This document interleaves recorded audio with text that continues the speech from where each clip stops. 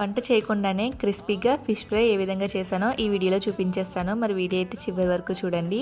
ఈ సండే అయితే నేను మా ఇంటికి ఎయిర్ ఫ్రైయర్ అయితే తీసుకున్నాను. ఎప్పటి నుంచో అనుకుంటున్నానండి బేకింగ్ పర్పస్ కోసం, ఆయిల్ కన్సంప్షన్ తగ్గించి నాన్ వెజ్ వంటల కోసం.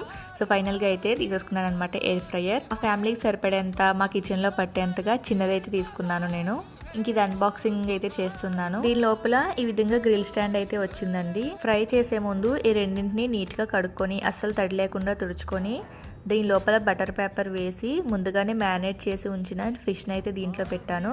దీనిపైన లైట్గా ఇలా స్పూన్తో వీడియోలో చూపించినట్టు కొద్దిగా ఆయిల్ వేసుకొని ఎయిర్ ఫ్రైయర్లోకి సెట్ చేసేయడమే.